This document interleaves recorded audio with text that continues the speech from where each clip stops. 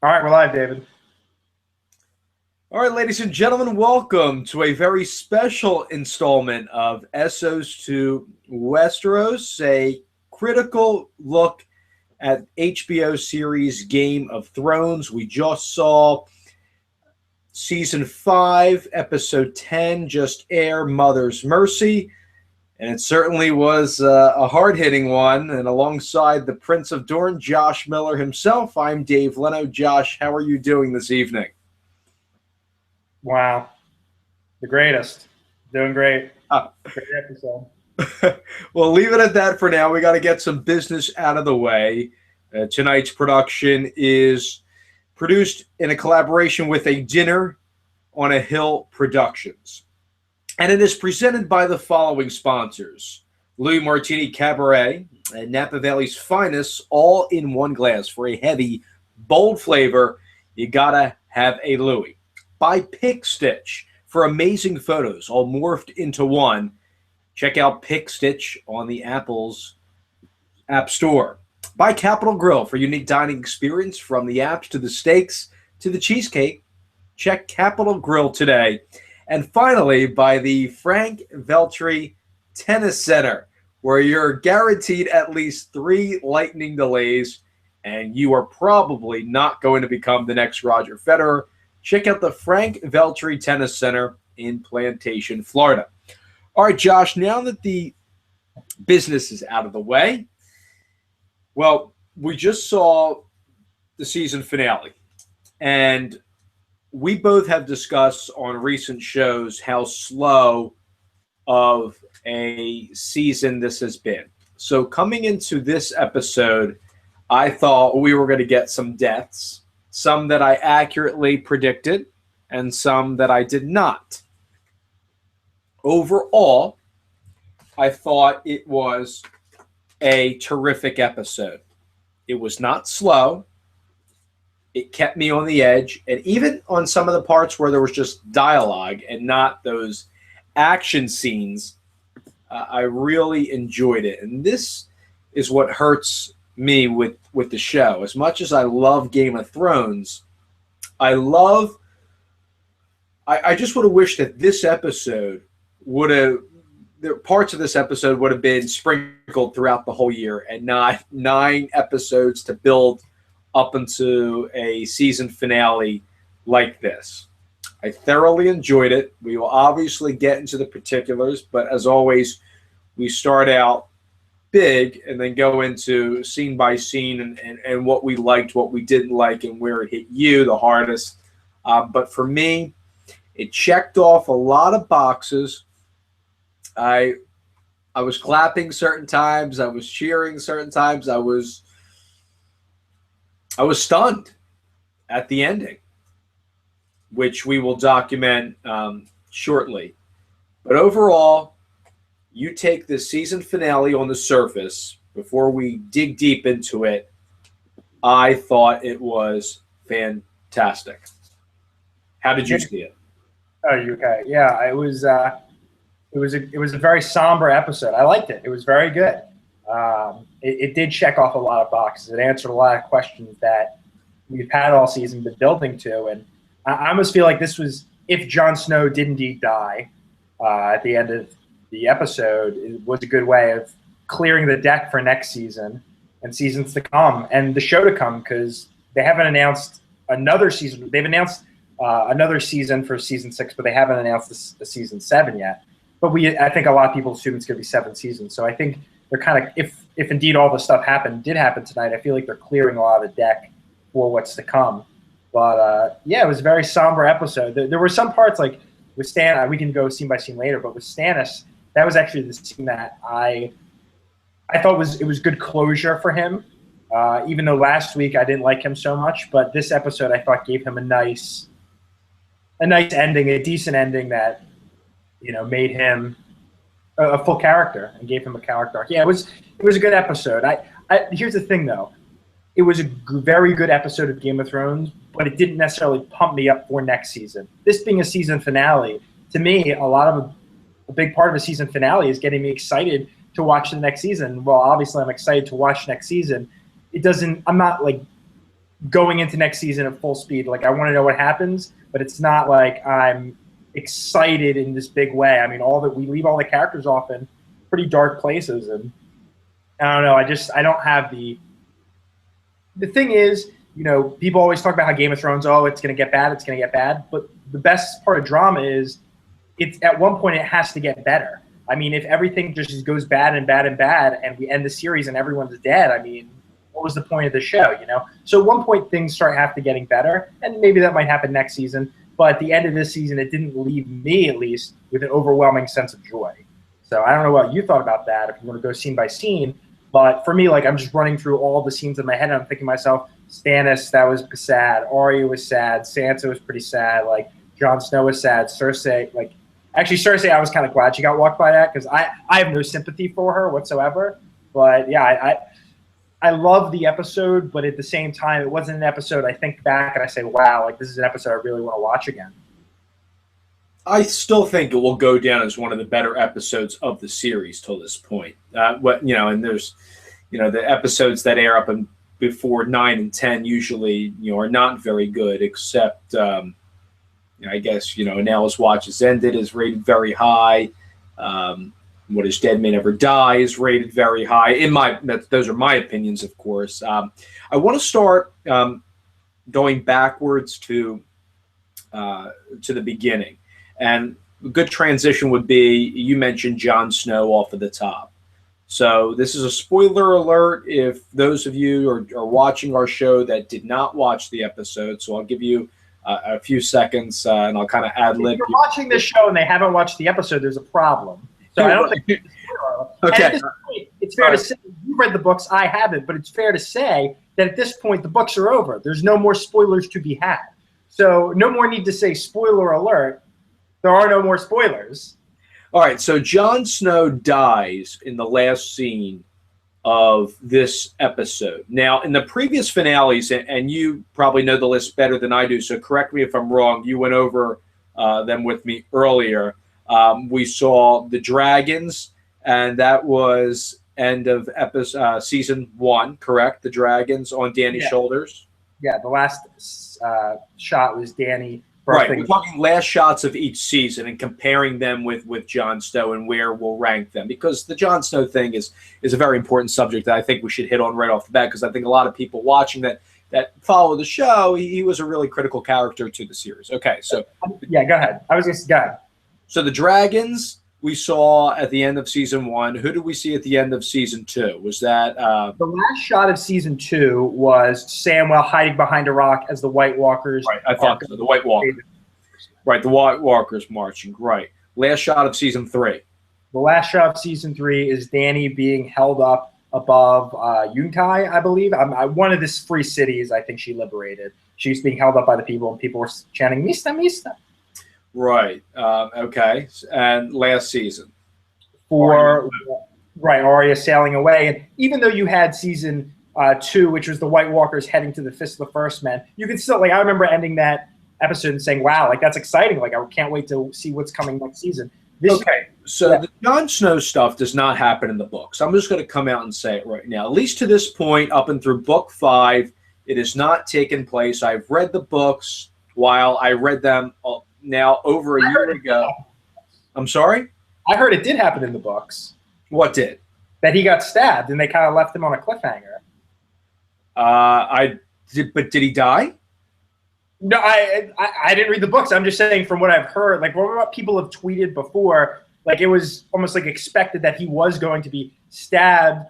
But right, I'm saying that he didn't. I am saying right now, as the books ended, I'm not talking about stabbings or anything. I'm saying as the books ended, he did not die. In my comprehension and my recollection of what took place. If I'm wrong, I apologize. But check Twitter, check all the people who have no life and read these things. These 1,200-page books like every other month. Unfortunately, I can't do that. But to my knowledge, he didn't die yet. Or if he will die, we'll see. But he died in the show. At least I think so. So I'm going to take that for what it's worth, okay? He dies in the show there. Compared to all the scenes that we just mentioned, I think it's got to be the most hard-hitting for a character's arc that started out in season 1, that he was with Ned Stark's kids grazing in the, I don't even know what you would call it, in the woods with the dire wolves and finding them, and then getting an extra dire wolf, and Ned giving him a dire wolf named Ghost, and him raising him, and then you see Jon Snow with this transformation, leaving Ned for the Watch. Ned says to him, someday I will tell you about your mother. Obviously, Ned dies in Baylor in season 1, episode 9, so we really never get to know the true heritage or the lineage, I guess is the proper word, of Jon Snow's parents, and we know Ned, but who the mother is. And there's been a lot of talk on the blogs and on the fan forums that it's somebody of perhaps a Targaryen descent, somebody of a different descent, and I'm honestly, I was left really quite surprised. I don't know how you felt in that last scene. I thought it was well done, because when Ollie came in that scene and said about Benjen Stark, I was like, wow, this we can get some relevation here about a wildling. I was totally, they got me. I will be the first to admit. Good job editing, because it didn't seem like he was going to get it right there, and that he did totally shock me. And I thought it was, talk about a way to go out on a bang on a lackluster, very slow season. Besides, the last, I guess, from Hard Home up until now. I love the scene. Now, Josh, tell me, when Alistair Thorne brought him over, was there a cross that said Snow on it, or what did the word say? Cross said traitor. It said traitor. I think it was a cross. It said traitor. Right, I thought it was a cross with sticks. Which is strange. Which is strange to be a cross. Well, I guess not. I guess they haven't like crucified people, but a cross is just weird. I don't know. But yeah, it's a traitor cross. Do you think Melisandre had anything to do with Snow's demise? No. That was totally. So you think her coming back and her not saying anything, that was. Well, we proved nothing to the Night's Watch at all? Well, we could talk about that in 5 seconds if you want to, but yeah. I think Jon Snow being murdered was 100% Night's Watch, had nothing to do with Davos, had nothing to do with Melisandre. There weren't any indications that Melisandre had anything to do with Jon Snow's death. I mean, that was 100% Night's Watch. They've been building to that, and there's no reason to think that Melisandre was behind him being killed. Now, if you want to talk about Melisandre at the Wall, EW just put out an article that says that has Kit Harington, the actor who plays Jon Snow, talking to EW and saying he's done, he's gone, he's not coming back next season. The producer said he's dead. Now, that could be total misdirection, or it could be true. And the reason I think it could be misdirection is because now that they have Melisandre at the Wall, while they haven't built to this at all, we've seen that people can come back from the dead, like Beric Dondarrion in season 3. So Melisandre, who also practices the same religion as them, could resurrect him. I'm not saying that's going to happen. I'm just saying she's at the Wall, he's dead. It seems like a good pairing, because it almost, like, I know the show likes to kill off its big characters sometimes, but it almost feels like Jon Snow has more story, and I feel like just killing him off and getting rid of his character is like, we kind of lose the Wall, because Samwell is heading to Old Town now. I mean, you have Melisandre and Davos at the Wall. It just seems like Jon Snow's story isn't done. So even though he's clearly dead at the end, I mean, blood is flowing out of him. I mean, he's dead. But I feel like he's not dead at the same hand, if that makes any sense to you, David. I think he's dead. I mean, he's off the show. We're not going to see him again. I think he's off the show. We don't see him again. I think if there's anyone to come back, it's somebody else coming back from Resurrection and not Jon Snow. It's a different member of the Stark family. I'm just going to go out and say it. I think Cat Tully comes back, or Catelyn Stark comes back and is resurrected as Lainey Stoneheart, who's a character in the books. But if Snow comes back, that would be great. Now, I'll sign on to that. I sign on to Snow coming back. Like, he died at the end of this season, but I think he's coming back. I don't see his story ending. I mean, there's just too many little loose ends that I feel like need to be tied. I think it would be such a shame that, yeah, listen, I'm rooting for him to get resurrected if that's the case, and him to come back. Maybe, you know, connecting the dots, maybe Melisandre coming back to the wall has something to do with that. Maybe there was a purpose of her coming back. And, but I thought overall, directing that final scene, I thought it was really well done. You accurately predicted that the last scene would be at the wall, which certainly was nice. It's a shame for me to see Alistair Thorne, at least at the end of this season, kind of go out on a pedestal here. After a guy that's kind of, you know, been an authority figure from the start, but really been a bad guy. And I mean, if you're, of course, rooting for Jon Snow, you certainly have liked, you know, what he's brought to the table rather than Alistair Thorne. But then you see a changing of the guard with Snow going on top. And, you know, Snow being the guy that he is, isn't going to oust Alistair Thorne, still has him as a first ranger. And then Thorne comes back and now does this and is the first one to stab Snow to death. Certainly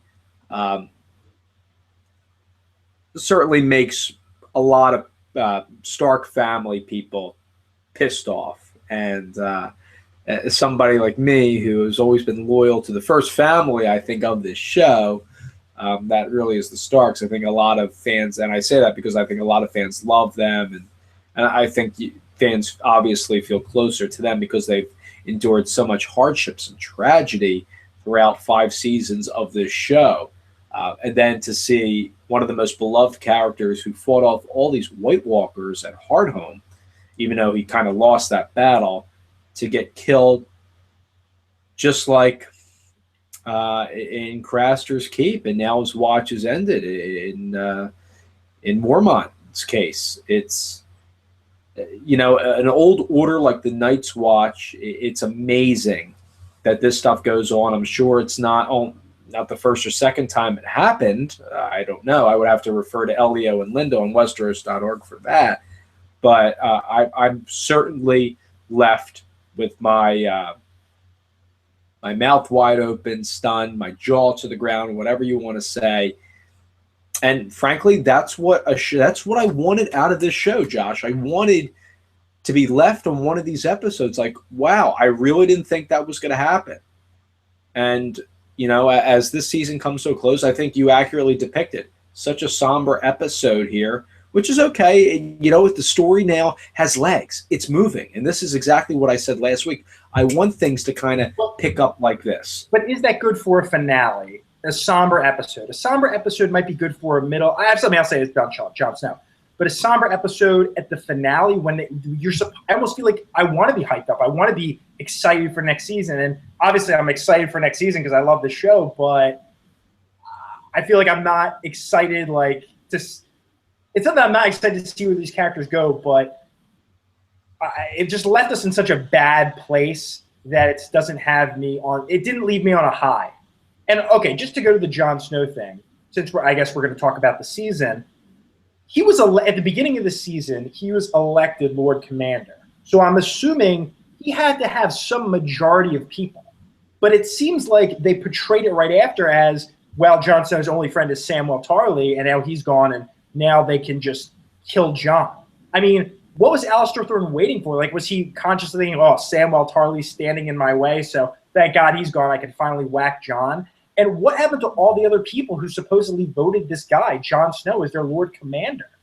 I mean, did they all just suddenly evaporate into thin air? I mean, obviously, I'm sure they were upset about him taking in the wildlings, but I feel like they didn't do that part justice. I mean, they just elected this guy Lord Commander over half the camp, and now they just kill him. I don't know. I feel like that's a bit of a continuity thing, or maybe something they could have portrayed a little bit better on the show.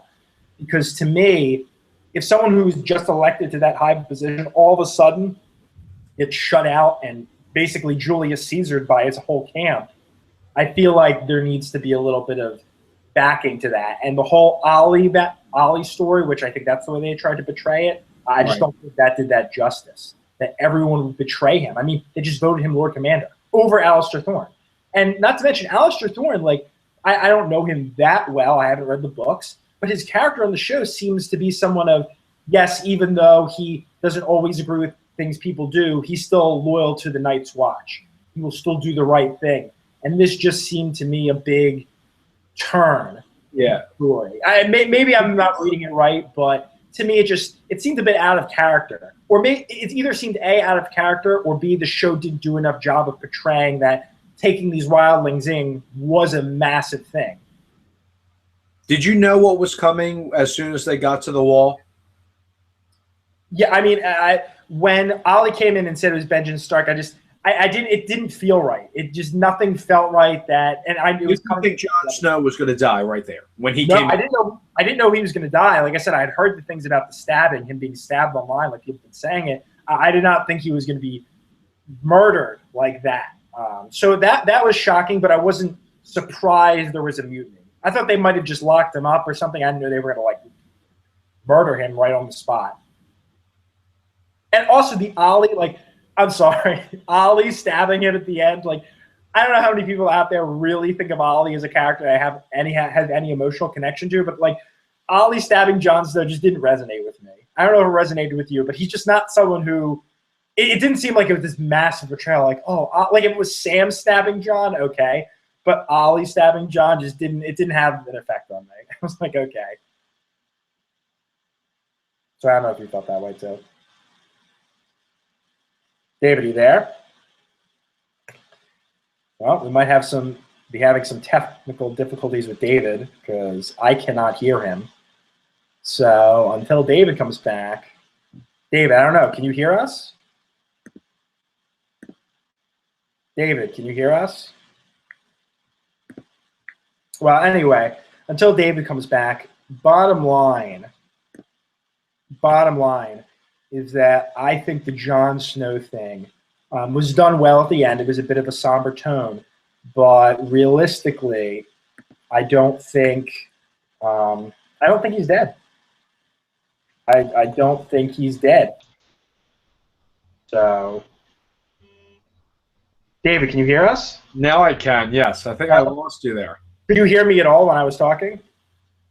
No, everything went off, but I think I'm back. Okay, well, bottom line, just to sum it all up, was the Ollie thing didn't resonate with me, and with the whole, to just cap off the whole Jon Snow thing, I don't think he's dead. I know you think he's dead. He says he's dead from EW. I just don't think he's dead. I think he has more story to tell us. Fair enough, but I think I hope so. I hope that. You hope he's dead? Say that again? You hope he's dead? I hope that he comes back. Okay. But I think yes, he did die. And I think, talking about resurrection for a second here, we've only seen it one time with Beric Dondarrion in front of the Hound, which you've referenced already, which I thought was a great scene. And I would certainly welcome seeing something like that again. But they're going to have to introduce that character, Thoros of Myr, Beric Dondarrion. They're going to have to bring them back, somehow before. I don't want to see them come out of the blue in season 6, without introducing them again. Now, I say that because I think it would be a nice setup. I guess it would obviously be more surprising if, they did come out of the blue like Varys did to Tyrion's, side in Meereen. So I think just to recap, because I know we have a lot of other stuff to get into, the Jon Snow stuff for me at the end, I think you and I both agree there definitely was a shock factor there. I think a lot of fans out there that probably read the books knew that maybe there was a stabbing coming fine. Somebody like me who obviously does not remember everything, and obviously it's probably an important thing that kind of, obviously my comprehension level is what it is. Yeah, but it's. I was shocked. I didn't think it was gonna. I didn't think it was gonna happen right then and there. Can we talk about Sam while we're here? Because I thought it was.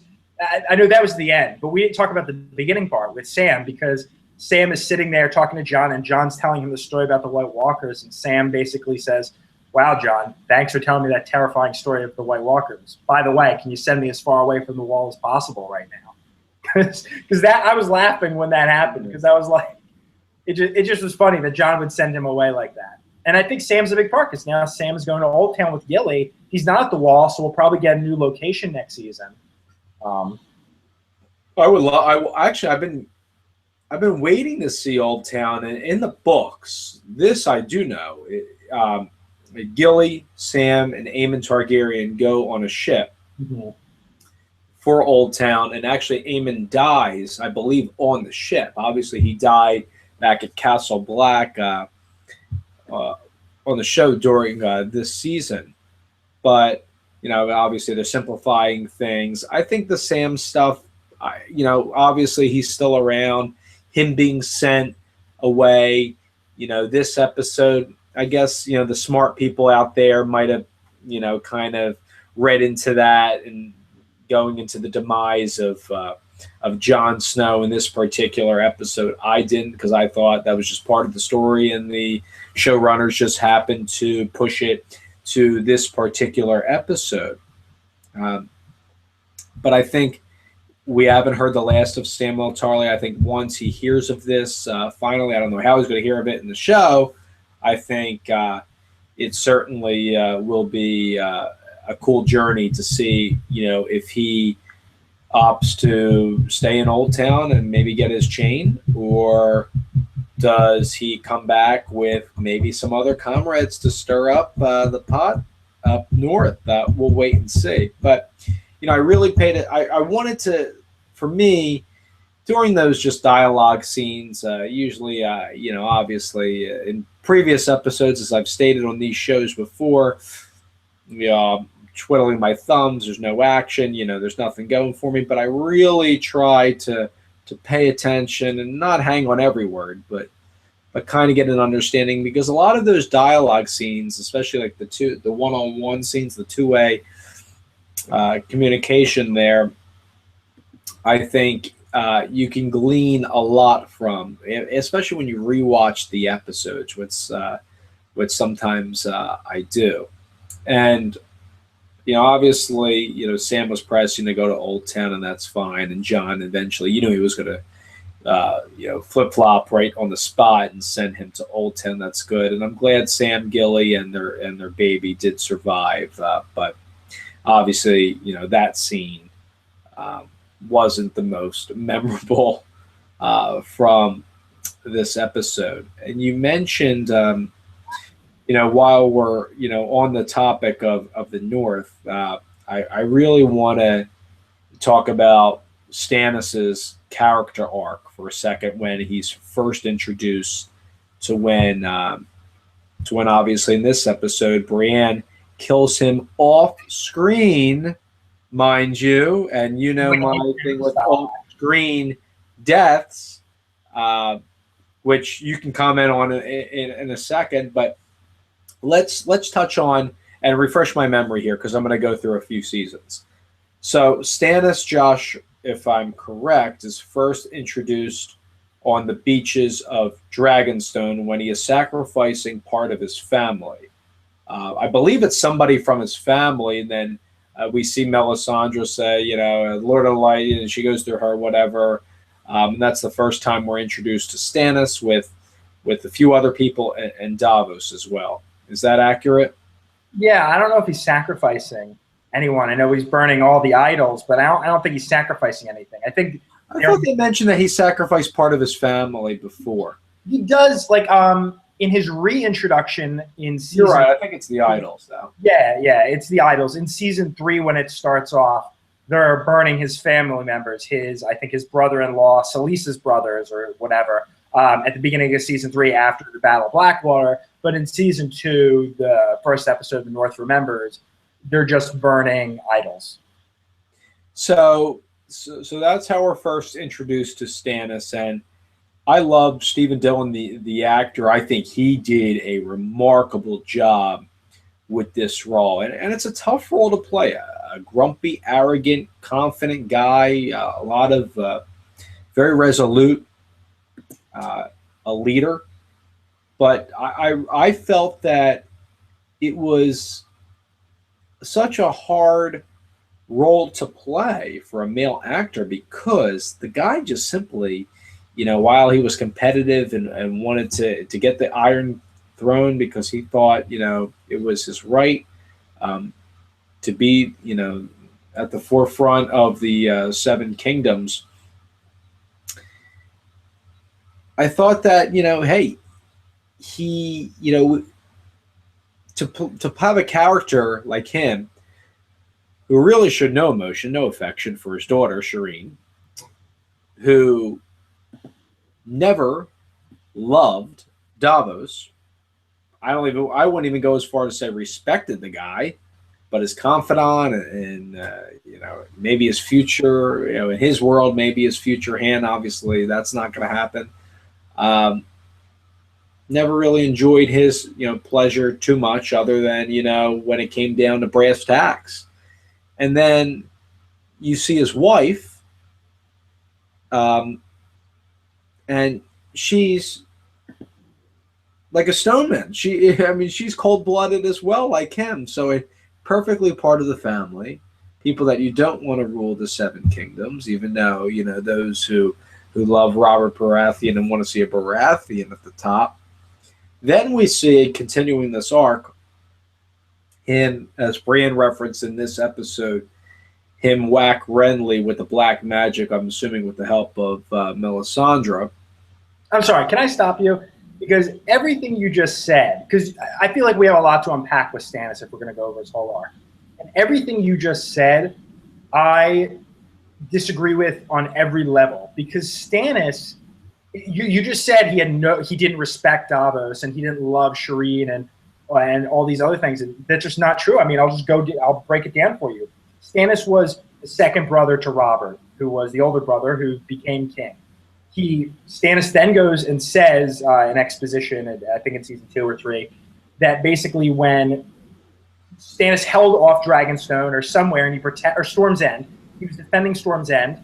He defended it. He survived. And Robert, his older brother, shunned him and basically gave it to Renly. And Stannis, put his head down and said, okay, yes. Stannis literally did everything he could. He was a very respectable guy. If his king said to do something, he followed the orders. And it was only until Melisandre came around and started basically influencing Stannis that Stannis basically gained some confidence and started going out to do something.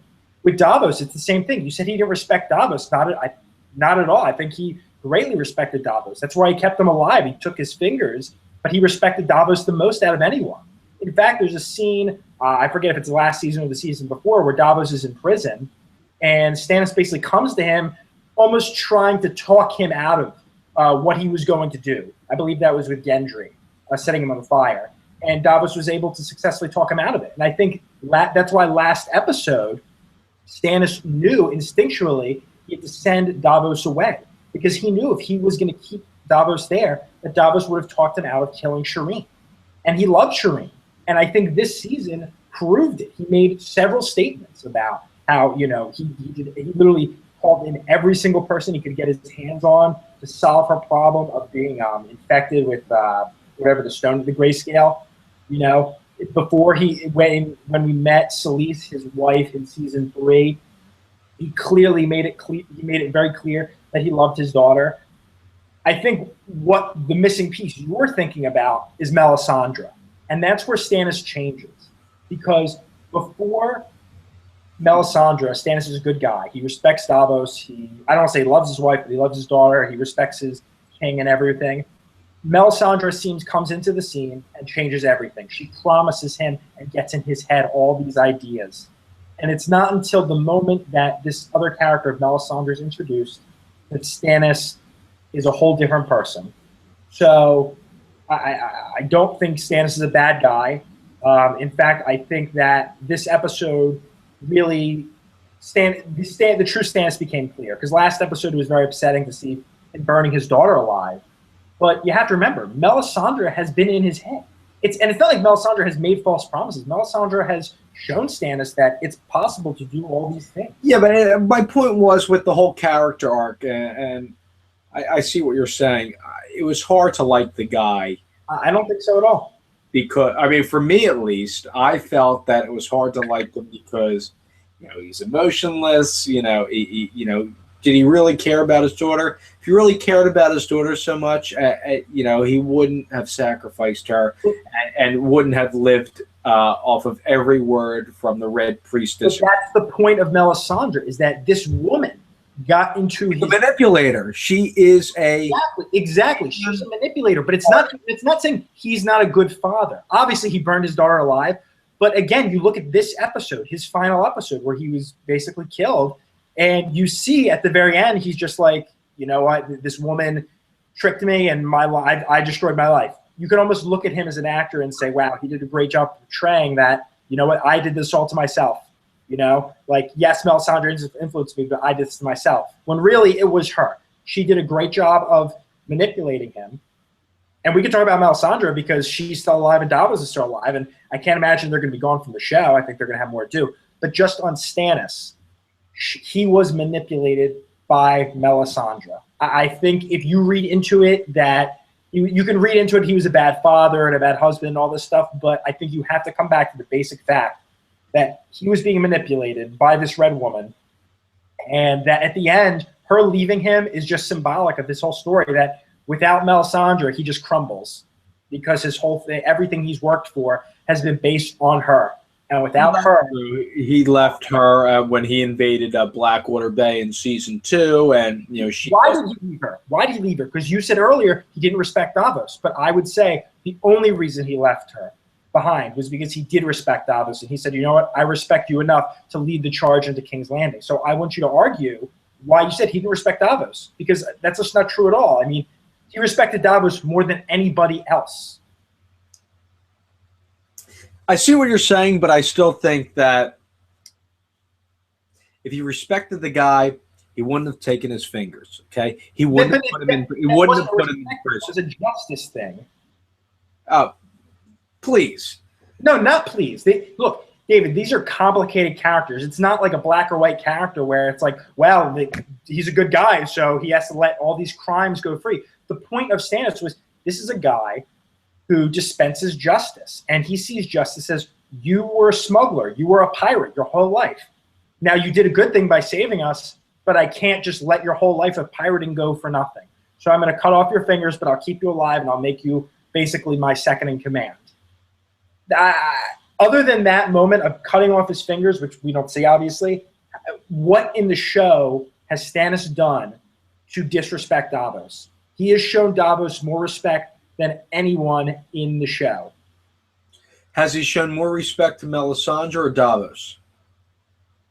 Davos. I mean, Melisandre, his relationship with Melisandre isn't one of respect, okay? It's one of quid pro quo. It's, you see me as your god, as your god, your fire god. Well, I'm going to use you to get what I want, the Iron Throne. It was never respect. He had sex with her in the pilot because they needed to create this smoke baby. He left her behind because basically he says, you know what, this is a battle and you have no influence in the battle. Like that, because Davos said that.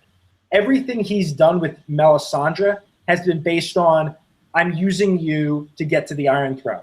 Everything Stannis has done with Davos is, I'm using you because you're my advisor and I respect you, and you're really my only friend who I can talk to and tell the truth to. When the scene started in this particular episode, and you saw the Bolton army, which is massive, compared to Stannis' army, which was halved as Melisandre, I should say, someone in his garrison came and told him that half his troops just deserted, just left. Did you think that was the end for Stannis when you saw that, the battle that didn't even take place on screen? Yeah, I thought as soon as come together. Yeah, as soon as I saw that, the first thing that came into my mind was, in fact, this whole episode, a lot of things came into my mind. With Jon Snow, Julius Caesar came to my mind, but with Stannis, it reminded me of Custer's Last Stand, which is basically this general who has this radical belief and just goes into battle and gets clearly demolished. And to be honest, I didn't even think we were going to see Stannis after that. I thought we were just going to see the horses engulf his army, and that was going to be it. The whole Brienne thing kind of seems shoehorned in a little bit, but that's okay. You know, they wanted the payoff. I'm fine with that. But yeah, I knew it was over for Stannis. And in fact, before this episode even started, I was thinking to myself, like where does Stannis go? You know, I mean, he just killed his own daughter. I mean, does he really make it into next season? That just didn't seem like something that was going to happen. So as soon as I saw the Bolton army come in, it was over for him. You know, he had nowhere to go. Melisandre left him, and once Melisandre left him, that was it. That was everything. And then the truth of the matter is, we're not talking about something even bigger here, because this is the end of the Baratheons. Every single Baratheon is dead. Robert is dead. Renly's dead. Stannis is dead. The only one left is really Gendry, and he's a bastard. So the true Baratheon line is gone. Tommen's not a real Baratheon. And Dave, did we lose you? Or are you there? I'm here. I'm listening. Okay, I couldn't tell your screen wasn't moving, but yeah, it seems like the Baratheons are done. Tommen's not a real Baratheon. We're going to transition to Marcella. Seems like she's dead, and she knows. Even if she didn't know, you knew that there was some payoff with the Sand Snakes going in, because they were just terrible. The one fight scene with Bronn and Jaime was horribly done. We talked about that at length on the show last week. You predicted there would be a different death of another character. It took place with a different character in the same family, but I thought that it was such a cheap way to go out with the poison for Marcella. I would have liked to seen the Sand Snakes do something that actually like you. I'll let you say it for yourself what you thought was going to happen, and maybe may happen after this, and what the repercussions can be. But I thought that overall I was very disappointed with what I saw from the Sand Snakes. Yeah, they killed off Marcel in the end while they're on the ship going back to King's Landing. What a sucker way to go out. I thought it was terrible. Wow. Come on, kissing her with the poison? Give me a break. And then her swallowing the medicine that will make the poison go away, what Bronn got in jail. Come on, man. I thought I can't disagree with you. I thought I've been predicting for a while now that Jaime was going to die at the end of the season, and the Sand Snakes were going to be the ones to whack him. But that didn't happen. It was Marcella. And I don't really this is the biggest problem with the Sand Snakes. I don't really understand them. Like, first off, it wasn't the Sand Snakes. It was Illyria's Sand, I think her name is. Oberyn's lover. Who's the mother of the Sand Snakes.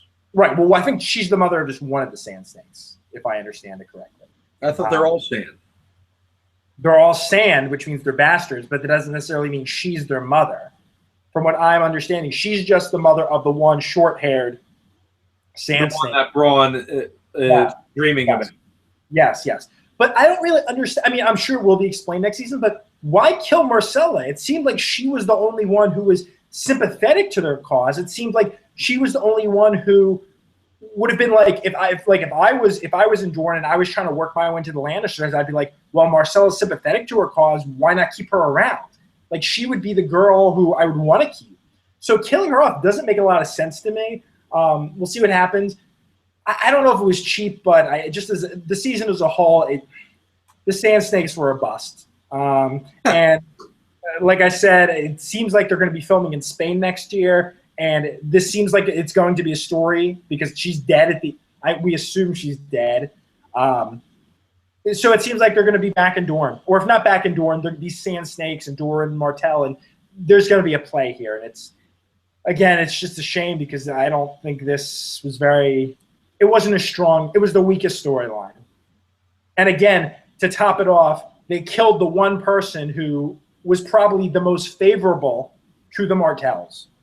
So is that the showrunners just trying to kind of say to the audience, I got you there. Listen, many of you thought that maybe Jaime or Bronn would get it, but look, they go with someone who maybe wasn't privy to getting whacked at the end. I don't think anyone thought Jamie was ever going to die. In fact, I was the only person I think saying that. Now, a lot of people thought Braun were going to die a few episodes ago when he got slashed, but then the girl saved him with the poison. So obviously that was a bit of a setup for this. But again, with Marcel, I know that really it's more of about Jamie and how his reaction to Marcella dying. But Marcella, again, was not a big character. So her dying. Right, there's no emotional attachment with fans.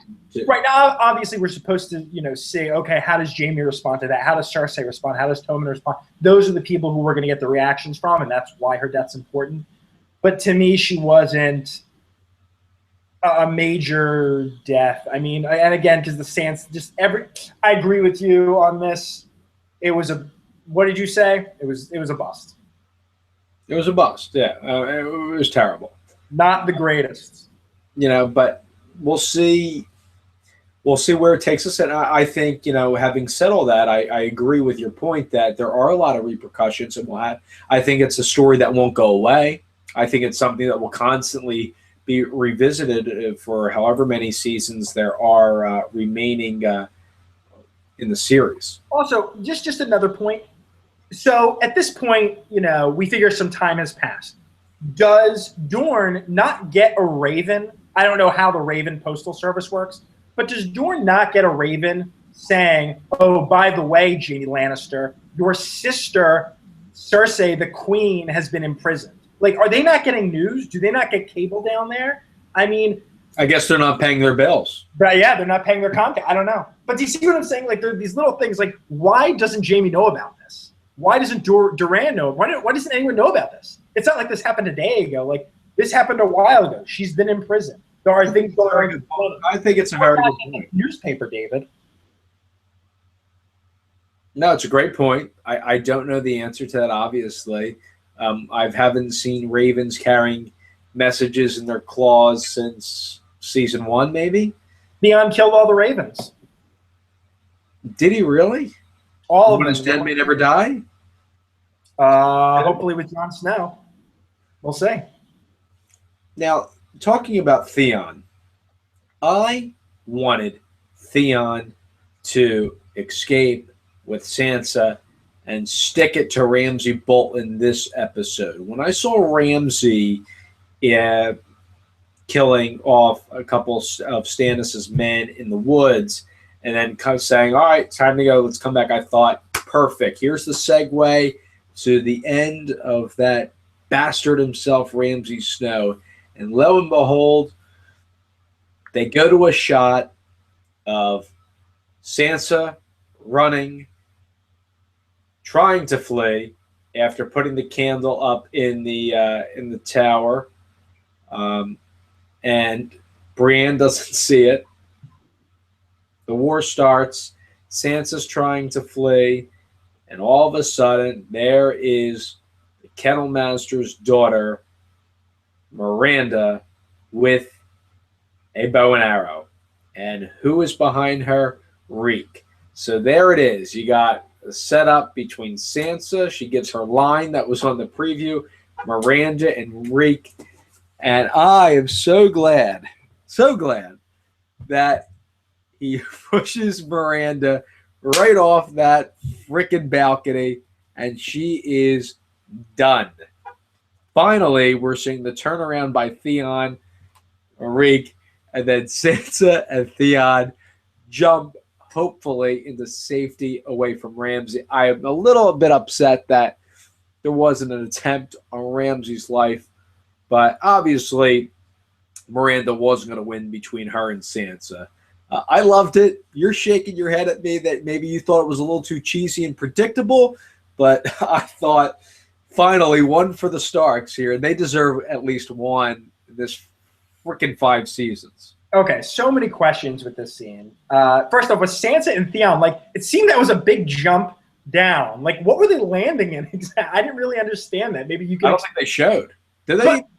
All you see is this massive drop down off the wall, and I'm just like, okay, they're not going to they're showing that because they're showing that they can't escape, and then they almost hand palm suicide jump Like, what are they jumping into? And even if they're jumping into water, like, that's freezing. Like, how can they survive that? I don't know. I didn't understand that part. But that's not really what I'm shaking my head about. Okay, I'm shaking my head about Theon or Reek because he has not been Theon since the beginning of season 3. Okay, he's been a total prisoner of Ramsay Snow, and time again, we've seen that he's Reek and his mind is warped. Okay, a few episodes ago, Sansa was being raped brutally right in front of Reek, Theon. And he killed him then. Right. That is when if there was a breaking point to Theon, that should have been it. That should have been the moment where it's like, you're raping someone who I grew up my whole life with. I have to go at you. But that's not when Reek breaks. He only breaks not at the I don't even know her name is Miranda. Good for you if that's her name. He breaks when she's pointing an arrow at her, threatening to kill her. Like Sansa hasn't been threatened to be killed, hundreds of times at Winterfell already. You know why he broke? And this is what upsets me. He didn't break because of that. He broke because it was the season finale and the writers needed a turn for him. Okay? Because if he really was going to break, it would have been when she got raped. Now, I understand you could come back at the argument with me, well, he's really under the spell of Ramsay, so he really would break with Ramsay for that, but he would break with someone else. I mean, why didn't he break when Sansa wanted to go free in the candle originally 2 episodes ago? It just, to me, this seems very plot contrived, we have to wait for the finale so Sansa can escape, so that way we can say, oh my God, what's her journey like in season 6? I don't understand the whole Theon story. I think there were plenty of opportunities to break him earlier, and I think this was very much, hey, it's season finale, let's do it, because that seems like a good season finale twist. I'm glad that it happened. I do agree that I wish he would have killed Ramsay during the rape scene of Sansa. But even if it wasn't at that scene, there were other moments, like with the candle in the tower, and Theon Reek told Ramsay. So it's not like that was the only moment. Like, again, there were other moments where Theon could have saved Sansa, and he didn't. And it's almost like, well, why this moment? It just seems like it's random. It's not like she was threatening to kill Sansa. She was just threatening to hurt her. But Ramsay did hurt her. Listen, I'm glad that, Sansa's been through a lot. I'm glad that, she finally wins a battle, if you want to even call it that, because she's... But is it earned? Say that again? What I'm saying is, I agree with you. I want the best for Sansa. I want Sansa to sit on the Iron Throne. I think she's one of the more interesting characters in the show, personally. But was it earned? In other words, Theon, it's been shown as his character that he is brainwashed. Okay, he doesn't escape when his sister comes to rescue him. He doesn't slit Ramsay's throat when he has the chance to. He doesn't save Sansa while Ramsay's raping her. And then he goes and rats on Sansa to keep her in Winterfell. Why now? Is this an earned victory for Sansa, or is this a plot contrivance by the writers because they need something to break? So is it earned, or is it a plot contrivance? And I'm signing on. You're saying it's earned, and I'm saying it's a plot contrivance. I think if there was any point to do it, I think it's while Ramsay's not there. I obviously understand what you're saying, and of course it's a finale, and of course I think a lot of people, including both of us, thought that, boy, she's got to escape before season 5 is closed. And the fact that it does make it easy, obviously, for the story that Ramsay's not in Winterfell at the time. He's coming back. They kill Miranda, and they jump to hopefully safety, which I'm sure they will. I think it's fine. I like I said, I'm one of the sentimental guys for the Stark, so I rooted for that moment. I thought it was great. And so speaking of such a, like as you put it, a somber episode, I thought it was a cool moment. I thought it was great, and I'm sure a lot of people cheered as much as I did in that particular moment. But I think more importantly, the larger part of this story is we're going to see a different turn of events for Reek/Theon. Will he, by the next two episodes, return to his true self? Will he survive the series? My guess is probably not. I know in the books, I can say that he's still alive, but that doesn't mean anything. And Josh, don't forget, before we close out, I do want to touch on, and I want to still go over a few more scenes before we, wrap up larger pictures, but I want to discuss before we leave the show tonight how Balon Greyjoy is the only king remaining of the Battle of the Five Kings. As Stannis died tonight, Balon Greyjoy is still alive, which means he wins. That is true, but we'll save him for maybe another time. But this will be the starting in season 6, first time there's no books with the show, and the show will be operating on its own, which is a whole nother thing, which we will get into shortly. So I hope, closing out the Theon Sansa stuff, I hope that we see Theon, go back to some part of his true self with Sansa if they work together.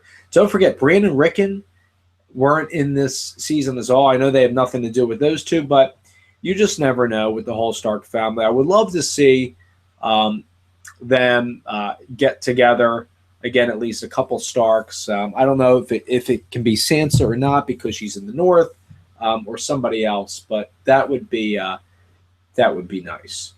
Sticking with the Starks, I would like to switch gears to Arya and her few scenes that we saw.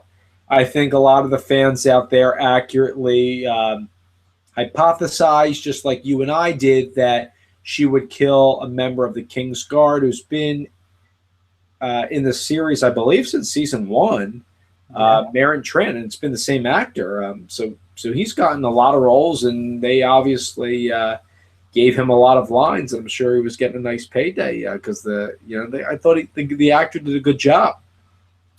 Now, Meryn Trant is in a scene that is very disturbing, where he's in the brothel in Bravos, and to get pleasure, he is whipping 3 young girls. The first 2 are just 2 ordinary girls.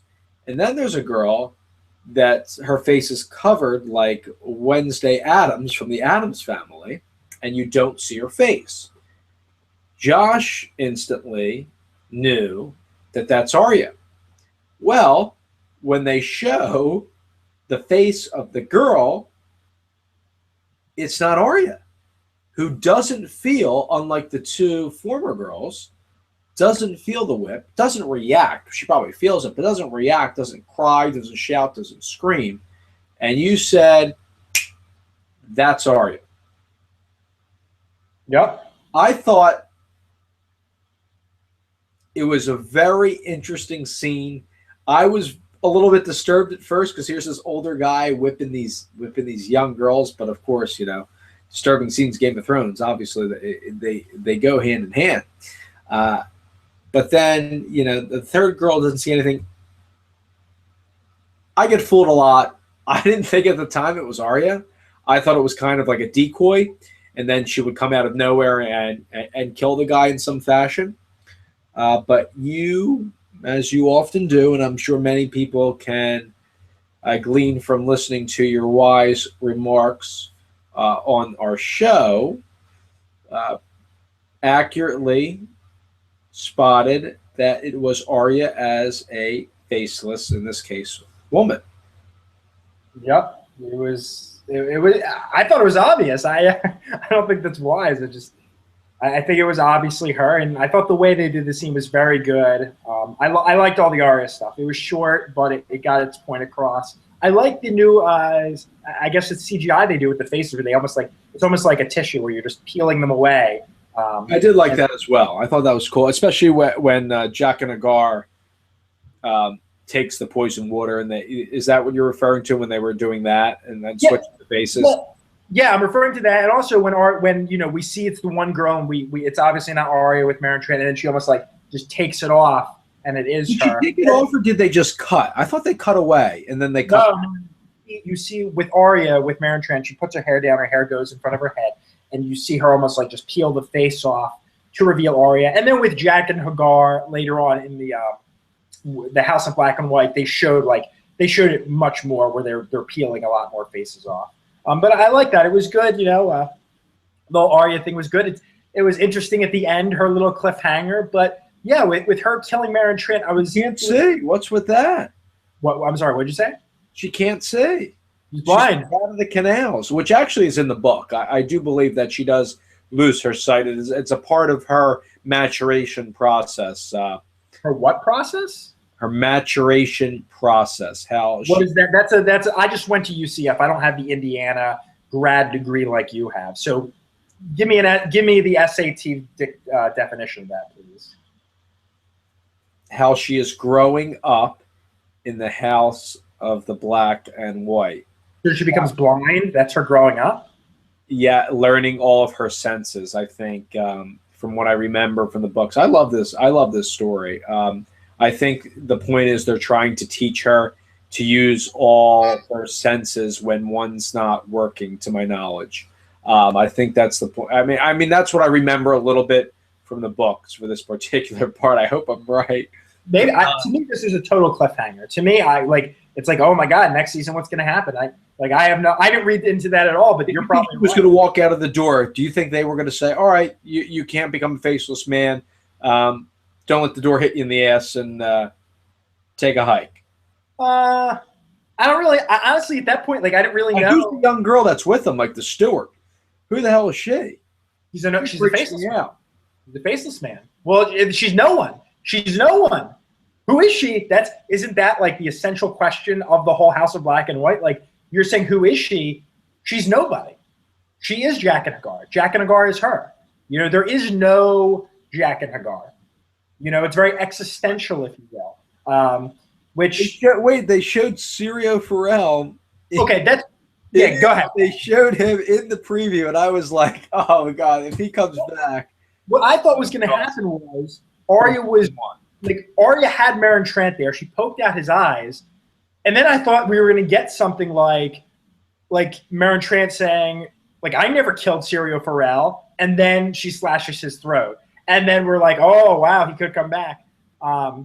But we didn't. I thought there was going to be some last declaration from Maren Trant rather than Arya just whacking him. But I was fine with her just whacking him too. That was cool.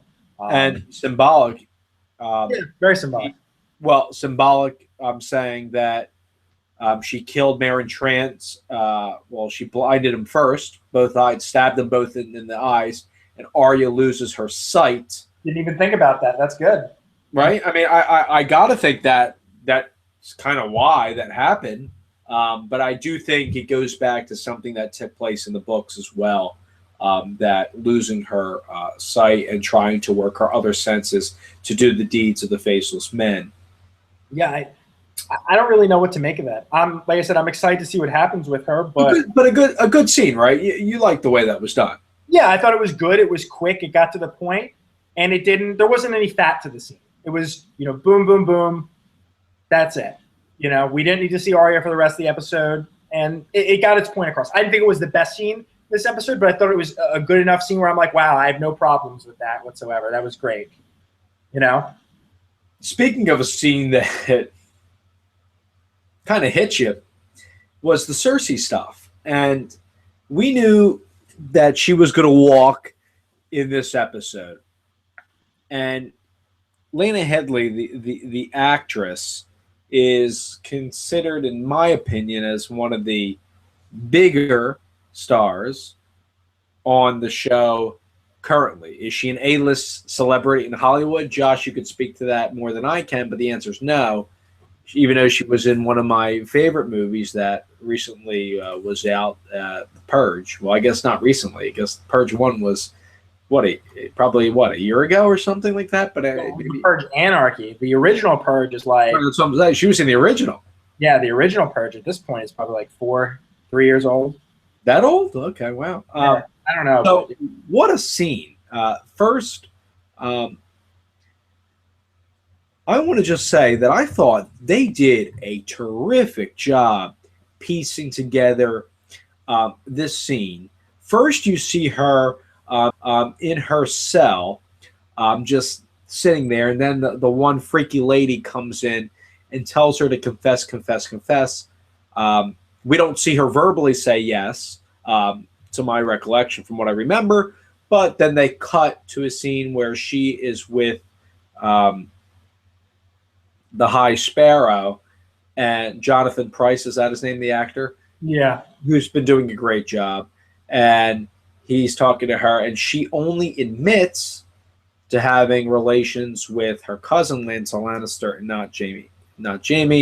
And then Jonathan Pryce, the High Sparrow, goes on to tell her that, there will be a trial, and that, if she doesn't confess to everything, that could come back to bite her in the ass. So fast forward to her walk to atonement after she gets cut, bathed, then they cut her hair all the way short, which is accurate. That this does happen in the books, and really good stuff, the way they depicted everything. That whole scene, for an actress of this magnitude, okay, to be naked, and I asked you, did you think it was a double? To me, it didn't look like a double. But if someone were to come out and say, yeah, when they were showing the wide shots of Lena, that's not her body, wouldn't shock me, especially in today's world. But if it was her, I don't know how much of it was CGI, but it looked to be a lot of extras. And for her to, it seemed like, I can just tell from just my background and broadcasting and video, God, how many scenes and how many, I hope it was a lot of takes for her sake, but for her to walk, and I'm sure the walk is obviously not a mile of what it appeared to look like with their exterior shots, but amongst all those extras who can't even talk with like these main actors and stuff, I was like, wow, what an unbelievable ending in this Walk of Atonement, and then the ladies yelling shame and ringing the bell. And there's all this dissension with the people, and they're throwing shit at her and everything. And people are naked in the streets and telling her to do whatever, both men and women. And like a normal day in Philadelphia. Yeah, just a walk in West Philly, I guess. I thought, I was like, for one point, Josh, for a character that has done so much harm to others, you kind of felt bad for Cersei in those shoes. At least I did. I didn't. If you would have talked about the acting and her being naked and her face, she did a very good job. And the acting was phenomenal. I totally agree. I think she hit it out of the park there. Yeah, obviously she got paid a lot of money for walking naked, so whatever. But no, she did a phenomenal job at acting. As a character, I wasn't. I said this at the top of the episode. I didn't really care. Like, I was almost happy. She wasn't a character to me that inspires any sympathy. I think it's really good to juxtapose her with Stannis, who just burned his daughter alive last episode. Yeah. I felt like his arc was complete. Like, he, at the end of this episode, when he gets killed, I felt like at the end, he really realizes and comes to realize, I did this to myself, and I deserve what I'm getting. I'm not going out on some high note. I just killed my whole family and my name, and I deserve what I'm getting. Whereas with Cersei, she never seemed at all repentant. She, the way I like to say it, and I think you'll agree, is the Tony Soprano line of, "Oh, poor you. I go about in pity for myself," and that's Cersei. She was locked up for all these crimes, and she doesn't even care. She's basically confessing to the High Sparrow to get out of this. She's not really confessing because she wants to get all her sins off her chest. She's confessing because she wants to get back to the Red Keep, and keep murdering and killing all the innocents at King's Landing. So to me, when I'm looking at Cersei, I'm not thinking to myself, and I don't think this is the way they meant to portray it. Like, I don't think they meant to portray it as she's genuinely sorry. I think they just meant to portray it as, hey, I'm the queen and I just want to get back to the Red Keep and keep doing what I'm doing. And if you want to tie this into a bigger thing, let's go back to the very first scene of season 5, because the very first scene, the very first thing we see this season is her getting the prediction as a young child of, you'll be queen for a while and you'll have kids, and then another will come take your place. And that's the opening scene of this season. And now that I look at the very last episode and this very last March for Cersei, which is supposed to be this big deal, and I know it's a big deal for the producers and the actors because they made it to be a big deal in their interviews, I don't see the connection. I'm not seeing how this was a big transformation or arc for Cersei. To me, this is just, hey, this whole season is, hey, Cersei, you're going to get some shit thrown at you. You're going to have to walk naked. And then you'll go back to the Red Keep and you'll continue being a bitch. But you're not going to actually change or grow in any way. And to me, if you start the season off with showing something like that, there needs to be a growth. And was it the season of Cersei, in your opinion? No. I mean, what happened to her? I mean, she got Marjorie locked up in the dungeons, then she got locked up, and then she walked naked. That was pretty much it she did. This whole season has been and it's interesting. This whole season has been very light on King's Landing, which has been really the first season to do so, because every other season has been very heavy on King's Landing. And everyone's left. Tyrion's out of King's Landing. Jaime's out of King's Landing. The only person who's in King's Landing really is Cersei. And Marjorie, I guess, but again, she got pushed aside early. We didn't see Littlefinger at all this episode, too. No Littlefinger. No Littlefinger. Very little. Even though we got a little bit of Varys. Sorry, very little Varys. Yeah, they kind of pushed aside. But with Cersei, I didn't see, again, it was a very good scene technically, and the wide shots were. Did you like the walk as much as I did? Do you think that was well done? Yeah. Oh no, I thought the walk was very well done. I'm talking about just Cersei as a character. I thought the walk was very well done. It was very cool. I love the nun or whatever she is, the scepter ring, the bell saying shame, all the people just pushing their anger onto Cersei. I thought that was all really cool and really interesting. Now, I do have, again, we talked about this last week, I have a problem because she walks into the Red Keep, and what's the first thing you see? Lannister guards, Gold Cloak, King's Guard. I mean, you see basically an army there.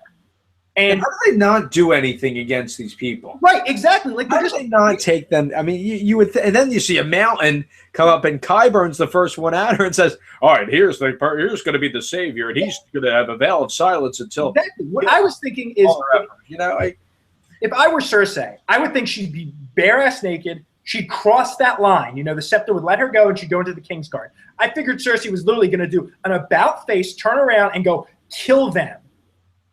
I mean, how do you not do that?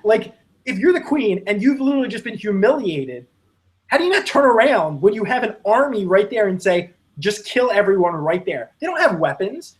You looked at them. They didn't have weapons. They didn't have anything. They were just I just don't understand that. She did this all to herself. She gave these people, the Faith Militant, the power in the High Sparrow. The question is, but why how are they going to be taken down?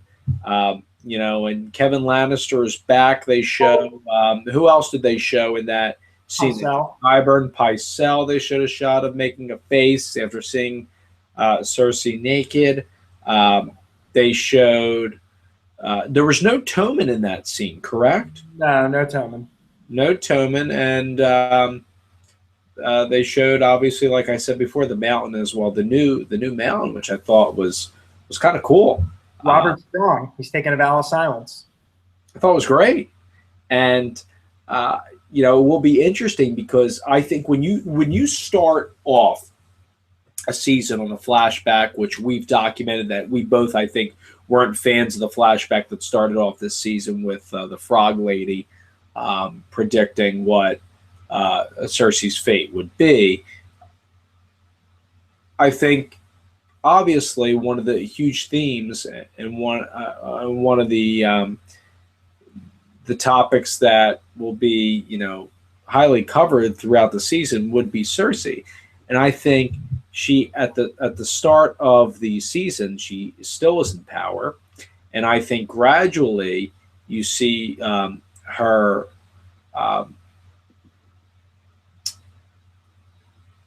her doing all the bad things that she's doing is obviously getting magnified, and it's coming back finally 5 seasons in No, but it's not. to bite her in the ass. And obviously she's made all these mistakes, and the last few mistakes, talking about that magnification, the last one obviously being giving the Faith Militant all this power. Obviously they took her down, but so I think in the beginning it was the point for the showrunners when they looked at this and said, all right, they probably had a storyboard, and out of all the episodes, they looked at season 10, they looked at episode 10 in this season 5 and said, Cersei's going to walk. Obviously, if you look at this episode as a whole, to me, this was the scene that they wanted to nail, and I think they nailed it. I think they, like we both just commented on a few minutes ago, I think they hit it. Now, I think if you go back to the flashback up until now, it was all leading up to this. And I think that was the conscious decision that the showrunners made, was like, okay, the big thing to take away from King's Landing in general was the Faith Militant rising and the downfall of Cersei Lannister, and where she go there. And, I still don't agree with the flashback. I think it would have been great probably without it, and still would have been good. But I like what I saw from the Faith Militant. I thought it brought something to King's Landing ever since, I guess, really Joffrey got whacked, at his own wedding. And I think it was important that something meaningful happened, because you mentioned, and you're right, there wasn't a lot of stuff going on. This wasn't the season of King's Landing, but some would argue with you, Josh, that it was the season of Cersei. No way. Nothing happened to the Faith Militant aren't a threat. They're not a big threat. The only time they were a threat was when they had Cersei in jail, and they still have Marjorie in jail. But again, they don't have weapons. They're not fighters or anything. They're just a bunch of people who have poor malnutrition, people who are malnutritioned, if that's a word. And they're not a threat. So it's not like 1 or 2 Kingsguard couldn't go in and just take them out. So, I don't look at them as a threat.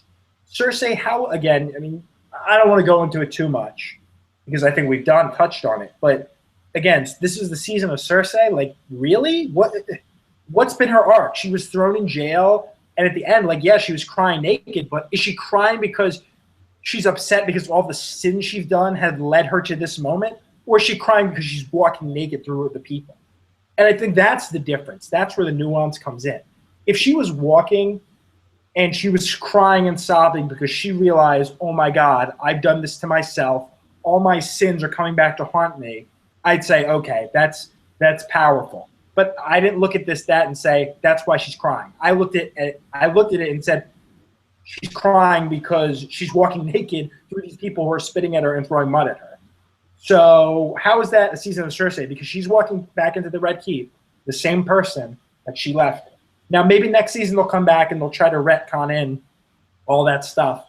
But that's not how I read Cersei. So you don't think that this is like the epitome or the first step to the downfall of or a major step to the downfall of House Lannister? No. That's not what I'm saying. I'm not talking about House Lannister. I'm talking about Cersei Lannister, the character. And I cannot co-sign on with you or anyone that this was a great season for Cersei, because it wasn't. I don't think they did it justice. Now, if you want to talk about House Lannister, they've been falling for a very long time. I would say when Tywin Lannister got shot, that was it. That was really the big thing, and this is just another notch in the fall of the Lannisters. But I don't see this as a big. It is a big thing, but for Cersei as a character, I don't see this as an evolution. At least that's not the way it played to me on screen. So that's what I have to say on that. Well, speaking of the Lannister family, we see Tyrion in Marine with a few characters. Jorah's still there, still alive, even though he has the grayscale. We see Dario Naharis, we see Missandei, we see Grey Worm. But nowhere to be found is Danny. They do not know where she is. They do show a shot of Danny and Drogon in a field, and with a bunch of bones, probably of bodies that obviously Drogon destroyed and ate while he was going to town in the Colosseum or arena. And Danny's pleading for the dragon to fly back to Marine because Danny said her people need her. The dragon wants no part of it. The dragon wants to rest. Then we see in this episode, Danny goes off. Obviously, she's maybe looking for some food because she does mention that in the scene. And who comes back? The Dothraki horse lords, whatever you want to call them. And they surround her, and there are hundreds of horses with men and women on them, and then they all circle her. So I will give you my opinion, and then I want to hear, you'll probably disagree. They build the music up, and it looks to me on the surface like, oh, Danny's in trouble. It's either two things. They welcome her with open arms, or they're going to hold her captive and get rid of her. I think that, they're circling all around like that. To me, Josh, it says that she'll live to see another. I mean, I'm not saying she's dead. I'm saying that I think these people still believe in her like they did in season 2. After Drogo got killed by the spiritual lady in season 2, there were still a couple, I believe, Recaro and all those other people were left. If I could just jump in to correct you, just not to jump on you, but Drogo died in season 1, and at the end of season 1, they all, as soon as Drogo fell off his horse, not even died, as soon as he fell off his horse, all the Dothraki, not all of them, the vast majority abandoned her, and she was only left with a few handful of Dothraki, and even then, when she went into the fire, even more left. So she really hasn't been respected by the Dothraki since maybe episode 8 or 9. Okay. So for this scene, do you feel like there was animosity between the Dothraki and Danny, or do you think it was, oh my gosh, look who's here, look who's living, look who's on our land? I took it as, they're back together again. I'm not saying it's one big happy family, but I don't think these people are going to hang her at the stake and burn her like Stannis did to his daughter. Mm-hmm. Yeah, I really like this scene. This scene reminded me kind of the Arya scene where there wasn't any fat to it. It just got right to the point. You had the whole stuff with Marine and Jorah and Tyrion and all them. You had that little story. They did that quick. Then you got to Danny stuff, and they did that quick. I really liked it. It was good, right to the point, and it leads us into whatever next season's going to be. I thought there was a lot of animosity. I don't think the Dothraki are, from everything we know about the Dothraki, these are not the kind of people who are nice. These are not the kind of people who have any interest in seeing other people rise. So, to me, they're surrounding this woman with their weapons drawn. I'm not saying they're going to kill her at the beginning. You think they know who she is? Yeah. At this point, the way I look at it is, how could you not know who she is? I mean, this woman has been conquering cities in all of Essos. How did the Dothraki not know who she is? I mean, at one point she was a Khaleesi. Then she went to conquer all these cities. They know who she is. Or at least I would assume they know who she is. And I cannot imagine they are very happy to see her. And I wonder what happens, because it's not like she's that far from Drogo, or whatever his name is, the dragon. So something's going to happen. I liked it. I was very excited, and I can't wait to see next season. I'm glad we got to see the Dothraki back, because to me, it's like bringing the whole show full circle. And I think the show needs to start winding it up or winding it down. And I'm glad we get to see them back, because hopefully we'll get some closure to this Dothraki story, which was introduced in season 1. We haven't really seen it since then. So hopefully we'll get some closure to what these other Dothraki think. And I don't think they're happy to see her like you do. I mean, these are not the type of guys who are going to be open. Well, okay, I'm when I say happy, I don't mean like they're going to, like we saw in season 1, they're all going to, bend the knee, for this woman who was once married to the cow. What I'm saying is that when they see her, and I agree, I think they probably know who she is. When they're circling her, obviously that's not showing affection. But I think moving forward, I don't think there's going to be the animosity between her and this different group of people. I think for some reason they do come together and they do join forces. Right.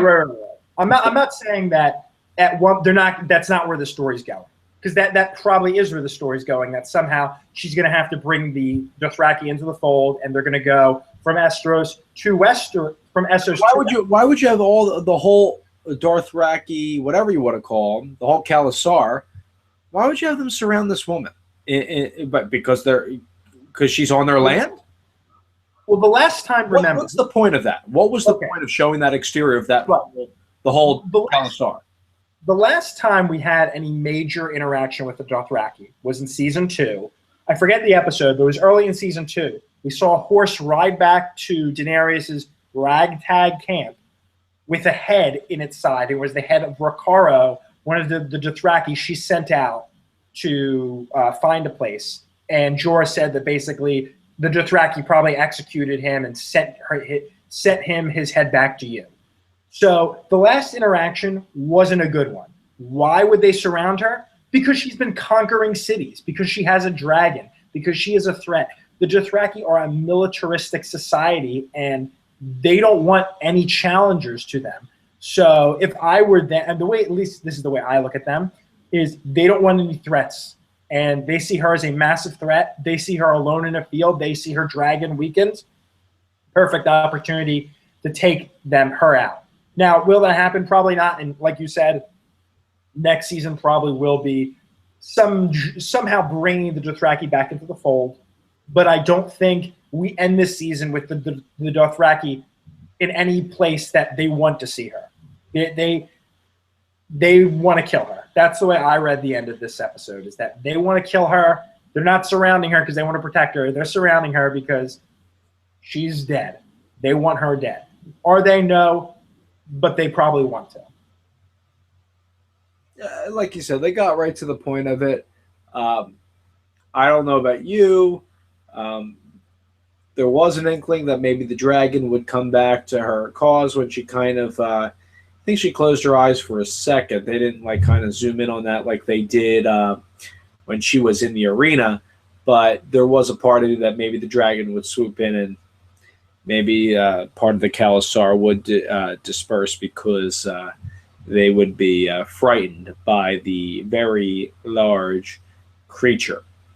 But what I really want to get to before we close this down, we've really hit on all those huge scenes. One of the things we omitted with the Stannis stuff was that his wife committed suicide.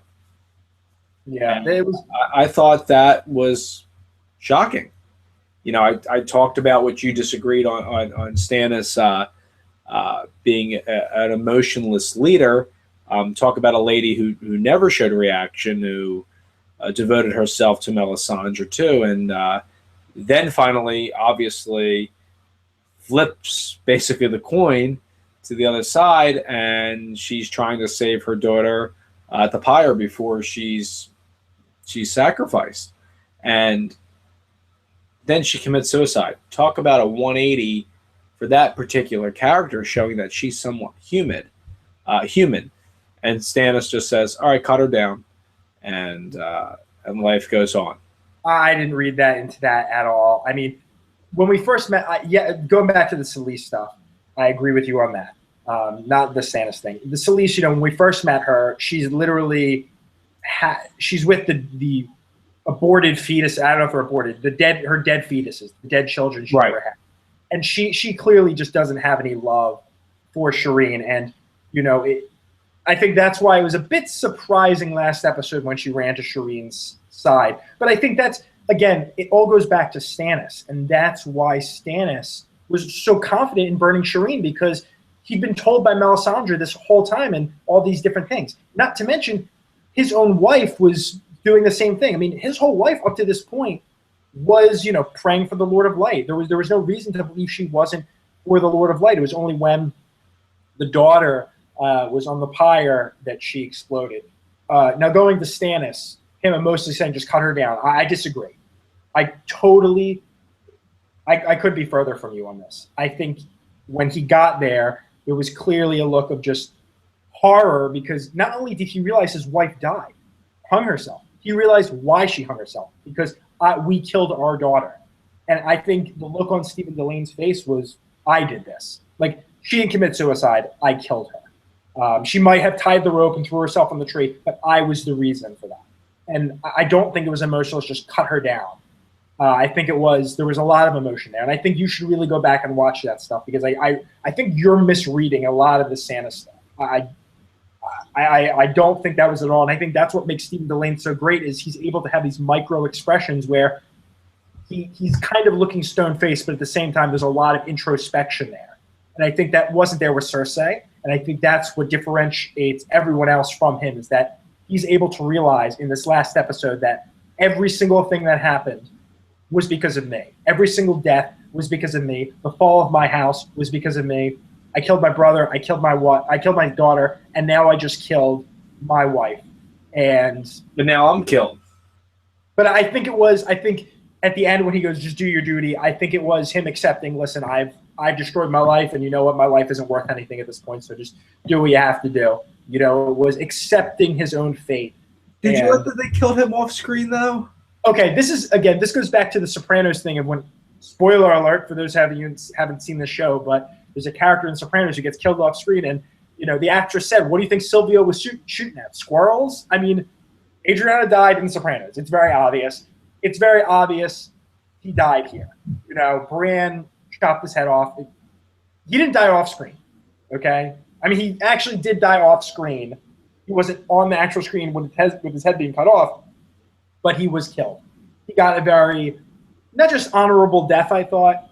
I think out of everyone, the writers did his story a lot of justice. And even though I'm sad because I like Stannis and I was actually rooting for him to win the Iron Throne at the end, I think he got a really great story and a really great end to his story. So it's a shame to see him go.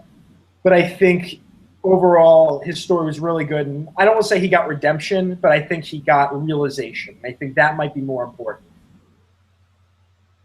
The big thing, though, now with the whole year taking off and going into the next, is this whole thing about, well, now the show's going to go perhaps ahead of the books. And this causes a lot of problems with book people out there that want to see the show go off of the book, but moreover that the writers are saying, whether it's on Inside Game of Thrones, inside the episode after a show airs, or on other forums, that they're getting this stuff from George and it's spoiling it for a lot of the book readers.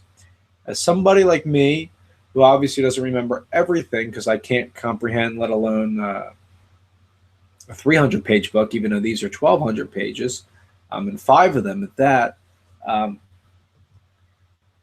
it's tough because I love the show and I love what the books brought, but I'm also excited that now, as just a fan now of the TV series, that we can go into a new season. The next book, Winds of Winter, probably won't be out, and fans out there, whether you read the books or not, will all be, for once, on the same playing field. of course, there will be a guessing game where, oh, is this something that George told David and Dan, which, David and Dan, the showrunners, both said that, oh, we know George already told us kind of the skeleton of how this thing all comes to a close. And obviously it's left up to you and I, Josh, and all the fans out there to, kind of plug in, all the missing holes and figure out the puzzle. I think it's going to be great. I think as long as there's no leaks out there, I'm kind of excited for not knowing what's to come. And I do think the show will beat out this next book definitively. I don't think the next book is going to get – if the next book is out right before the season, then hats off to George. But I'm excited because now even the people that are diehard fans who know way more than you and I now, like I mentioned, are on the same pedestal as us. It'll be fascinating. Yeah. I'm so excited. I mean, a lot of people love the Red Wedding, and it's unfortunate because I was spoiled by it. And to me, now, what did the writers say before the series even aired in reference to the Red Wedding? What they said, this was the reason we wanted to make the show or something? Is that what you're referring to? Yeah. Exactly. I mean, to me, it's a shame because I know that to a lot of people, to book readers and just fans of the show, that was a big moment. But to me, that didn't mean anything. To me, it was just honestly, it was a no moment for me. So I'm very excited to move beyond these books because nobody knows what's coming, and that's really exciting. That nobody knows what's going to happen, and we all get to be on this fresh page. Now, in terms of the people who did read the books and are going to be upset, I've been talking to you since season 2 about this. How you could just do the math: a show every year, a season every year. One season equals each book approximately. The show's going to surpass the books. And I've been reading articles that George R. R. Martin was saying this years ago. I'm not worried about that. I'll be done. I think this is just an expectations game of the fact that George R. R. Martin did not do a good job of managing expectations. I think years ago he should have been saying, well, you know what? I'm working on these books, and I don't know. The show might surpass the books, but that's going to have to happen. And he didn't say that. He said the opposite. And to the true book fans, I think their expectations have been a bit messed up, and that's a shame. But for me, someone who doesn't read the books, I'm fine with it. I did read an article that the producers, Benioff and Weiss, said they know how they want to end the show, and I trust them. I think everyone should trust them at this point. They've done a fantastic job with the show so far. It's exciting. Been plenty of twists. No reason to think it won't be a great ending. And I won't be surprised if The Winds of Winter comes out next year about this time or when the show premieres, because I'm sure the editors and even George and everyone else want to push that book out real quick because that'll just get that extra boost of synergy, and they'll be able to sell a lot more copies. You're predicting the book comes out before season 6 premieres? Either before or before it ends, like about that time. Even if it comes out like the week after the finale, I think there'll just be so much synergy. I hate using that word, but just so much. The two will interact really well, and they'll be able to springboard off each other and get a lot of momentum. So whether it comes out before the season, at the middle of the season, at the end of the season, or a week after the season, I think they'll promote it as, hey, look, The Winds of Winter book's coming out right after the show ends. Be sure to pick it up. Or, oh, the show's going to happen, but before the show happens, pick up the book so you know what happens. I think everyone's really pushing for that to be out before or after or during, sometime around next season. I'm rooting for even more deviations than the books. I mean, obviously, if David and Dan want to pay, homage to George and end it the way he's going to end it in the novels, that's one thing. But I think it will be great for the show. I think it will be great for the fans to keep taking, instead of that right turn that George is always taking, why don't they take the occasional left and flip the script a little bit? I think that would be awesome. I think that if they take some chances, which I think they've taken in recent seasons, especially, in this particular episode, with the snow death and things like that, and maybe we see a resurrection next year and stuff that perhaps, wasn't talked about, at all during the show on TV. I think that would be wonderful.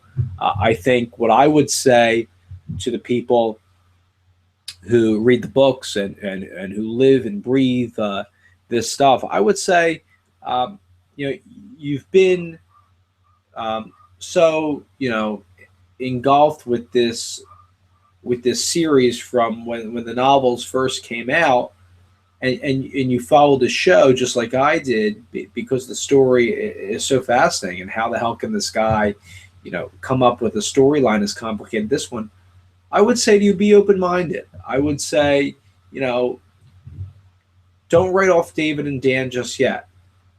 I have been very critical, like many, with this particular season and with other seasons in Game of Thrones. This, obviously, out of the 5 seasons that aired, was not one of the best seasons when you look at it as a whole and put it and you rank them up between the other previous 4. You can look at season 1. It's easy for me to say because it's a new season, but a lot of stuff happened in season 1 that gave the show legs to move it forward. So, of course, season 1 in my book, is one of the top seasons to air to this point. But getting back to my thought, and then I'll turn it over to you, what you would tell people, I would say to the purists out there, stick with it. It's a great show. There's a lot of people following you because of what you bring to the table and your expertise. Are you turning over to me? Go ahead. Okay. This season was a bit of a letdown. It's a shame because while I thought the finale was very good, it was just somber. And it doesn't leave me – I don't want to say it doesn't leave me excited. It doesn't leave me wanting a lot, like the way season 2 finale ended, where I'm like, oh, my God, I cannot wait for next year. Like, it just doesn't have that same effect. But for the future, we talk a lot about purists, the people who love reading the book and are so pure of the book. But I think that's the problem. People need to divorce themselves from the book and say, look, this is the show. It's going to be different. There are going to be cuts. There are going to be changes. There are going to be alterations. And if you're looking just for a straight adaptation, that's not going to happen. And we're 5 seasons in. And at this point, if you're a book purist and you haven't come to the realization that it's going to be different, I mean, I don't know what to tell you. It doesn't, to me, again, I don't read the books. It doesn't matter to me if the show ends the same way as the books, it continues the same way as the books. I'm just looking for a great show. That's what the show's given me so far. So I have no reason to think otherwise. I mean, whether the books, again, I think just a prediction long term, yeah. I think the books and the series will end very similarly. Like, I don't see, I'll just throw out an crazy example. In the show, Daenerys is on the Iron Throne, and somehow the book ends with Rickon in the Iron Throne. Like, it's not going to be this massive difference between the two. I think they'll end very similarly, but I think that... But the route to get there might be very different. I think it will be different. I don't want to say very different, but it will be different. They'll... Again, depending on how you look at it, has any of this stuff been very different? Yes, no. Again, to me, it doesn't matter. You have to look at it as a different story. It's like the Batman stories, Batman, you could love the Christopher Nolan stuff, and you could say the Tim Burton stuff isn't that at all. It's a different universe. And that's the way you have to look at Game of Thrones, is the books is one telling of the story, and this is just maybe a different telling of the story. They're obviously very similar, but they're a little bit different. And I think that's just the way you have to take it. So did they come out and say when the next season's going to air? Is it going to air around the same time? Is it going to be a summer show again? Could it be like a spring? They haven't said. Let me check real fast. I mean, usually they say whether it's going to be, Game of Thrones coming out a year from now, or coming out this date. They haven't said it yet. I would suspect that in the next. What if they came out and said they were taking a break like The Sopranos did? Would people go nuts? Well, I'll tell you this, and this just goes for me from just. Yeah, nothing about Game of Thrones, like when it's going to come out. I just assume it's going to be spring next year around the same time. I wouldn't be upset if they took a break. In fact, I think more shows should take a larger break. I think that a lot of these showrunners and the writers get burnt out. So I wouldn't be upset if they took a break. Now, will HBO let that? I can't imagine that. I mean, this is a big show for HBO. Like The biggest show in its history. right. This is huge for HBO. Why would they say, you know what, we're going to take a break? This isn't. Here's the thing, David. I agree with you, like with The Sopranos, but The Sopranos, that was in 2003, 2004 when they took that 2-year break, and that was the only show. That was really one of the only shows on now.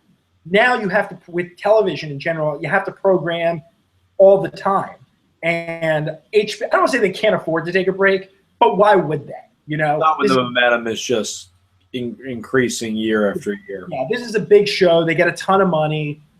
The fans want it. They're not going to take a break. This isn't the type of show that I can see taking a break. Now, if that happened, I think fans would go crazy, and I'm sure the book fans would be so happy, but I just don't see that happening. There's no reason for them to take a break at this point.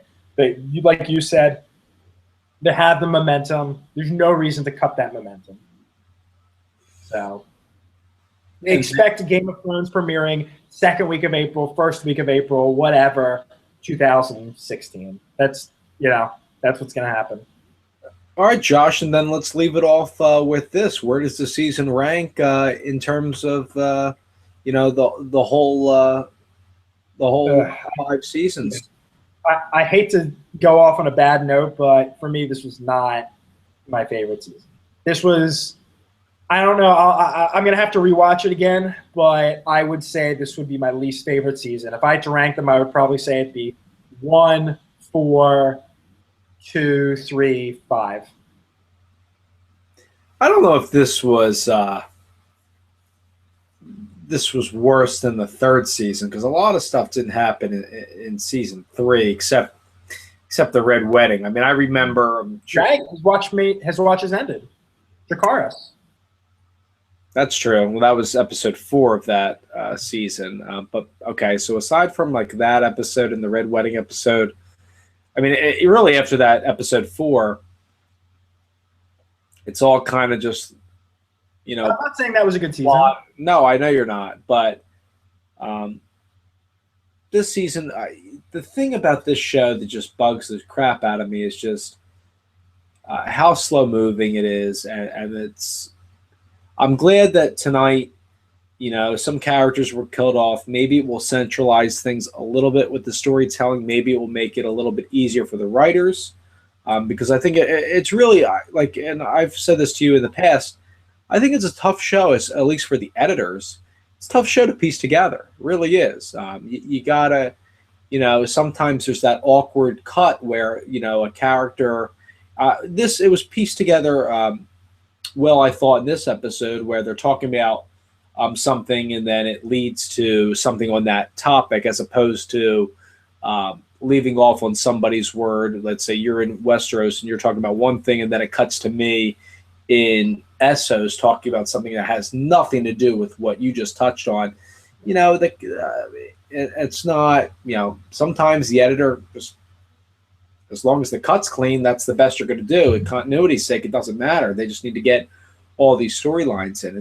And that goes to the cast being in just many different parts, which we discussed a little bit last week. Yeah, this is just production-wise. This is one of the. You have to say this is probably one of the best produced television shows ever. I mean, they're filming on however many continents with however many production crews. It's like a movie. It honestly it's like a big budget movie. Because if you think about a movie, it depends on the movie, but you could film a movie over 3, 4, however many years, and you have actors that could do 1 minute of dialogue each day. With Game of Thrones, you have one director and you have multiple people working in multiple different locations, and you have a few days to probably do something with a movie's film in less time. So, I mean, production, directing, all that stuff, you got to give them a ton of credit. They seem like they do a phenomenal job. And even though we're down on this season, this is one of my favorite shows ever. Like, it's a great show. I love it. And it's definitely one of the best shows of the year, in my opinion. It's just that this season didn't do justice to what I wanted it to be. I want better for this show. But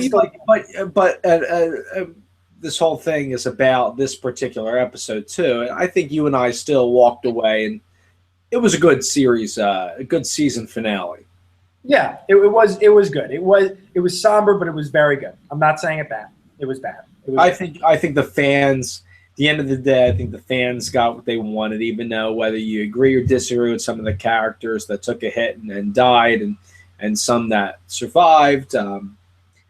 I think this is what I wanted to see out of a season finale, and yeah, it was kind of sad for a few people, but hey, I'm looking forward, and I have a lot of questions, obviously swirling from our talk tonight. Um, I have a lot of questions that I want to see get answered next season. If there's just one thing I want to happen next year is I would love to see deaths and new shocking moments sprinkled throughout the season, not just backlogged to 8, 9, and 10. And now you only got 20 episodes left, apparently. If they're going to stop after 7 seasons, then, that's nuts. Sounds like a lot, but it's really not the way that this show operates. And I hope that we get to see some great stuff, in the beginning episodes of season 6. the only thing I really want to happen, other than Jon Snow being alive, because I think that's what's happening, is for next season, I want to see Dan. I mean, I guess she's with the Dothraki now, so that's that could block her for the whole next season. But we need to get to Westeros with the dragons already. I feel like at this point, do you think that's going to happen in season 6? No, because the Dothraki. I thought that would have happened without the Dothraki, but now that the Dothraki are involved, I feel like we're going to have a whole season where she's still in Essos, and then season 7, or maybe the season finale of season 6, will be her coming to Westeros.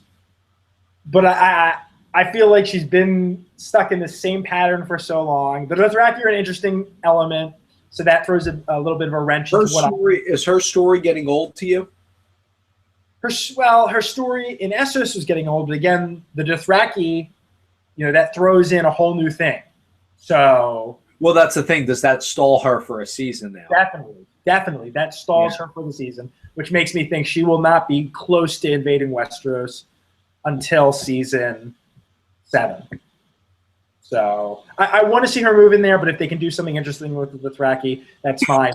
But eventually, they've been building to her flying over there with an army and invading Westeros with her dragons. That has to happen. Well, what do you think if you were to say right now and predict what season 6 will be? Yeah, well, who will be the main focus? You feel like who would you say? Well, just in general, Daenerys, I think she'll be with the Dothraki for a little bit. I'm not sure where that's going, but I think that'll be interesting. And then you have Jorah and some other people heading over to rescue her. You have Tyrion still Marine, so that could be an interesting to know. Honestly, I don't know. I mean, the Boltons are still in play. Bran, we didn't see it all this season. Here's the thing. It's difficult to say because there's so many things that are going on that we didn't see. Like, Bran is still out there. Rickon is still out there. Are they going to come back to Gendry? Are they going to come back to Thoros and the Mirror? Are they going to come back to Brendan the Blackfish? Are they going to go back to the Iron Islands with Balon Greyjoy?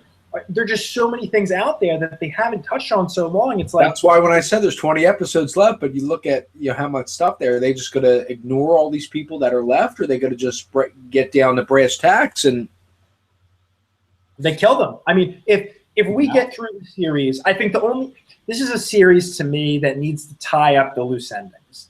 I cannot, we need to see Balon Greyjoy, or we need to hear something about him. How about Walder Frey? There's just so many characters that we need to hear something about them. I know this is a world, and even after the show ends, assuming there's not an apocalyptic event, the world's going to keep going. I get that. But they've introduced all these characters, and they've made big deals out of them that we need to hear more about them. So I don't know about predictions. I mean, Sansa's obviously with Theon, so that's a new story.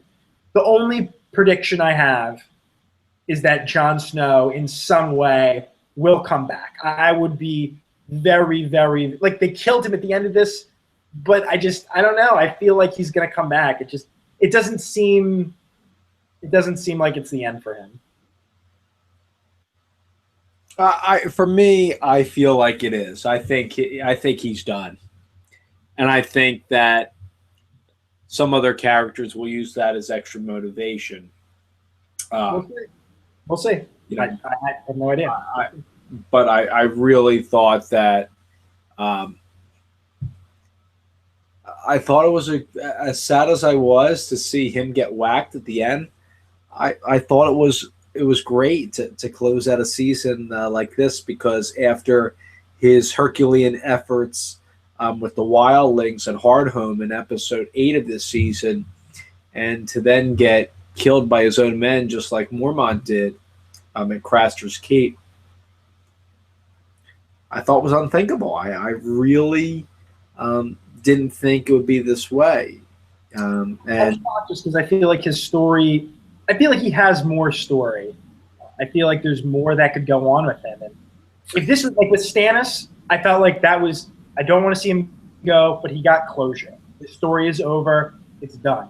Jon Snow, I feel like there's more. There are things that can happen. They closed that whole Baratheon family too, with his wife and the daughter getting sacrificed, but I want to see if Melisandre get exposed for who she really is. I think she's a con. I've said that to you since we first met her. Well, here's the thing. I want to talk. Not to talk too long about it because we've been going for a while. I didn't know I would if you want to. But Melisandre, when she came back, she didn't tell them what happened. All she said was they're done. They're done at the battle. Like, for all Stavros knows, they were killed. Shireen was killed by the Boltons. You know, he doesn't really know. And in terms of Melisandre being a con, okay, yes and no, okay? Because there was the scene, I think it's season 3 or 4 maybe, where she has this whole thing with Selyse. And she says, you know, a lot of those things are just to make men think something. They're just illusions or tricks. So in that sense, yes, she is conning them. On the other hand, though, she has shown that she has power. You know, she is able to conjure the spirit, the shadow baby, to kill Renly. She is able to perform some magic. And it's not just her. Like, Thoros of Myr is able to do it. They both pray to the same god. So we've seen that she has some sort of power. We're not really sure what her agenda is. So I do think that's going to come out. I mean, she had a look with Jon Snow earlier this season, which is why I think there's more to his story. I mean, Melisandre is at the wall. She clearly had a look at Jon Snow this past season.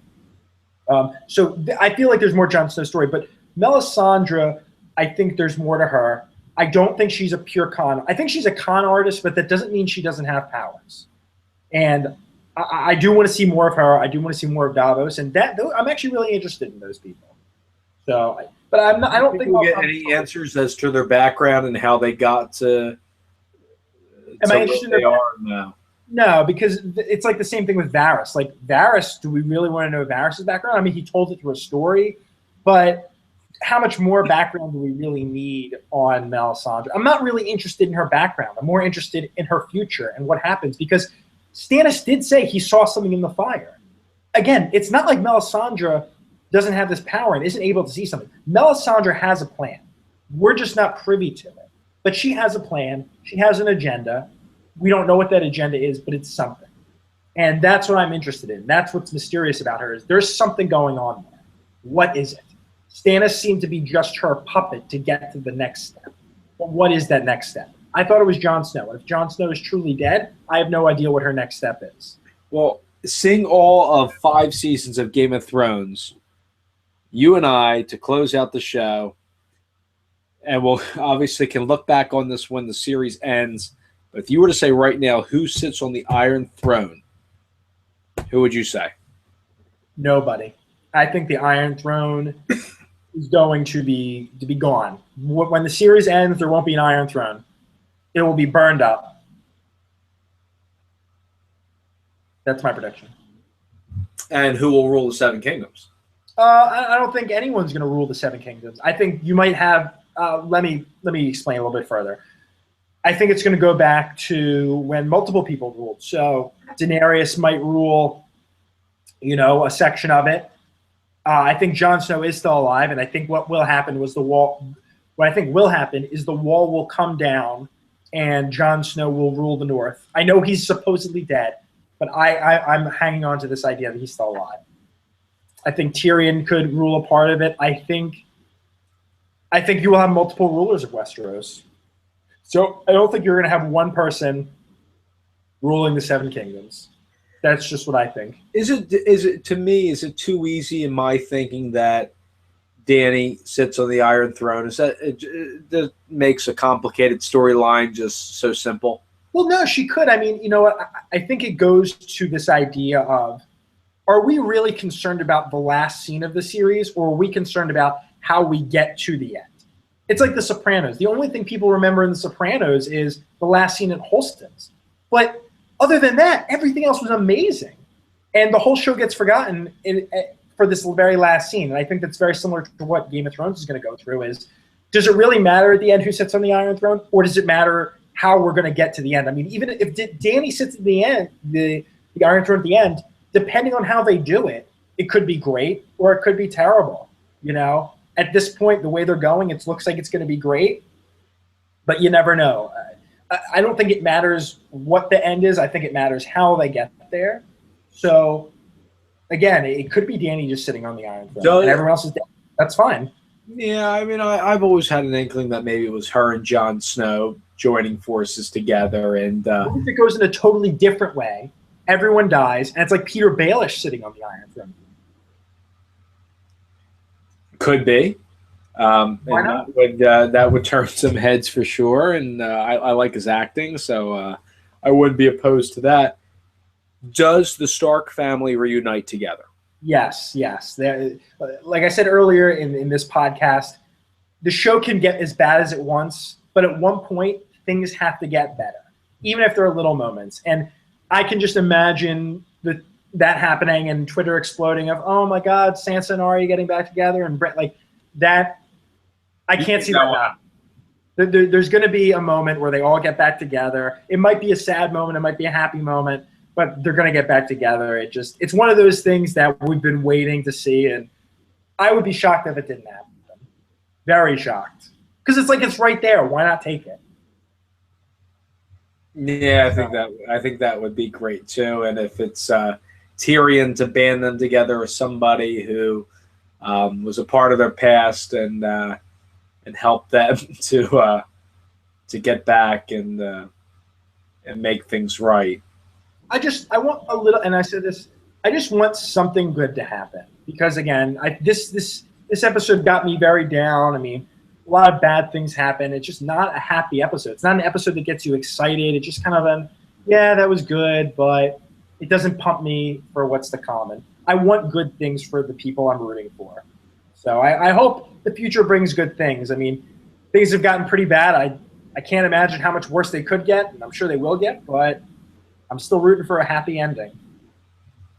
All right, Josh, terrific job on tonight's show. As we've, I think it's safe to say, went in depth tonight for the season 5 finale, and that's going to do it for us.